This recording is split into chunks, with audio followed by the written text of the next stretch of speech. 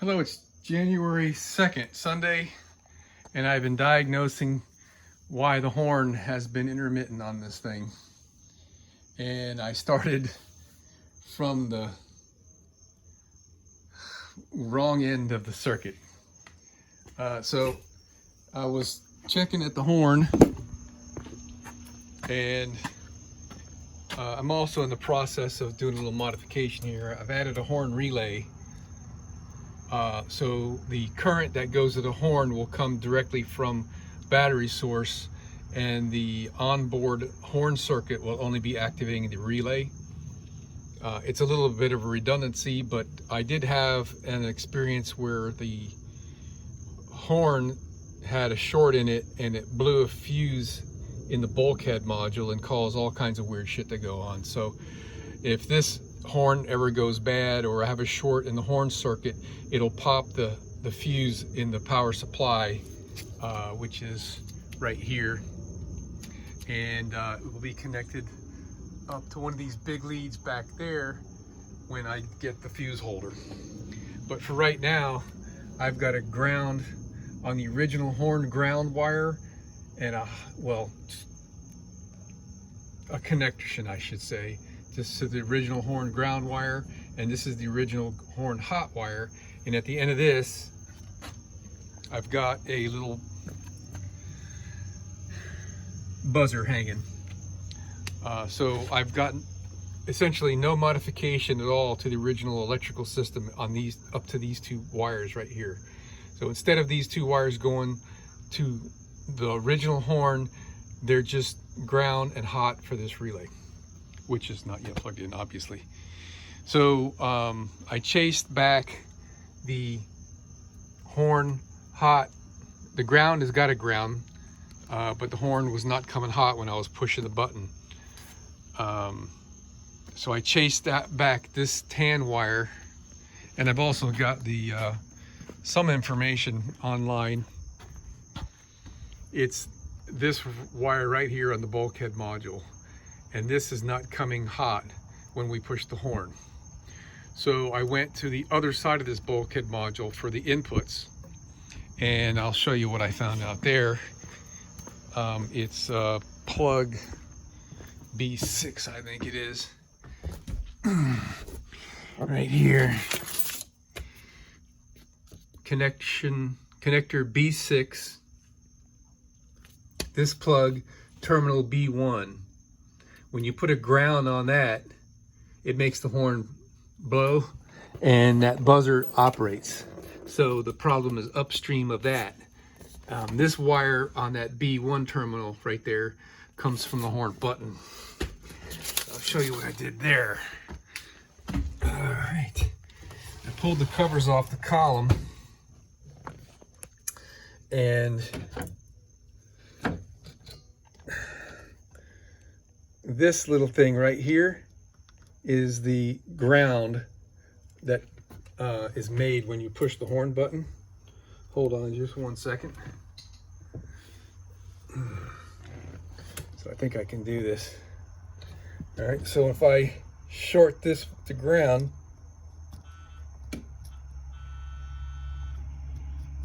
I don't know if you can hear that, but I'm having a hard time seeing what I'm doing here. There. So this circuit is good. The bulkhead module is doing what it's supposed to be doing, and it's taking power all the way out where it should. So upstream of this connection point right here is where the problem is. So I pulled the horn button out, and the horn button is this simple little thing where there's a wire connection made on this, which is that little guy down there, which was disconnected. So if I put a ground on that, which I have right here on my test light, I got my test light, the wire hooked to the ground circuit. So all we got to do is apply a ground to this, and the horn blows. And I check this wire here by putting my test wire lead on the hot, and we got a good ground there. It's just that this little connector was disconnected from the horn button, of all things. The simplest of all things. So now we got to see if we can get this thing connected. And what's the story with this? It looks to me like that guy is supposed to be like mounted. I'm not really sure how this,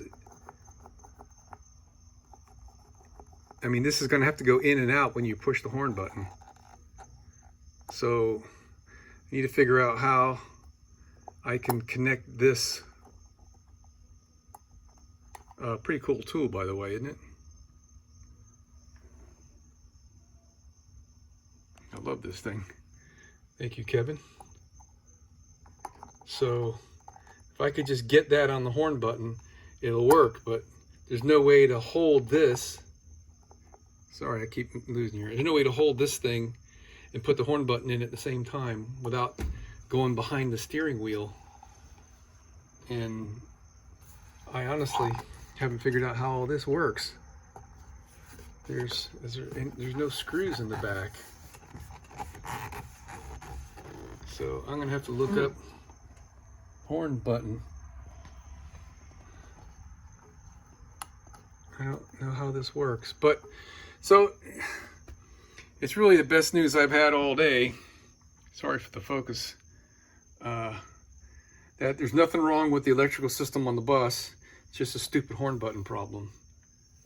So as soon as I can figure out how this all works, we'll be in good shape. All right, I got it, man. You just pry this thing out from the rubberiness of the steering wheel. So what I did is I actually took the horn button apart when I pulled this out.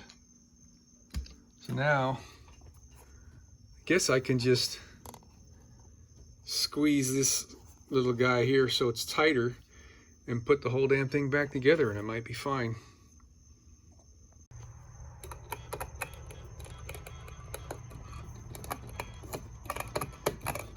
We got a horn, man. Just a freaking wire came off the back. All that shit. And all I had to do was pull the horn button out. Alright, so now we're going all out. And I've hooked to this positive my jumper lead that has a fuse in it. And it's providing power to this wire, which when I get the fuse holder, gosh darn it, stay over there. When I get the fuse holder, we're going to connect onto this lead right here, which goes directly to battery. And we'll mount that thing in there or tie wrap it or something. So that's providing the power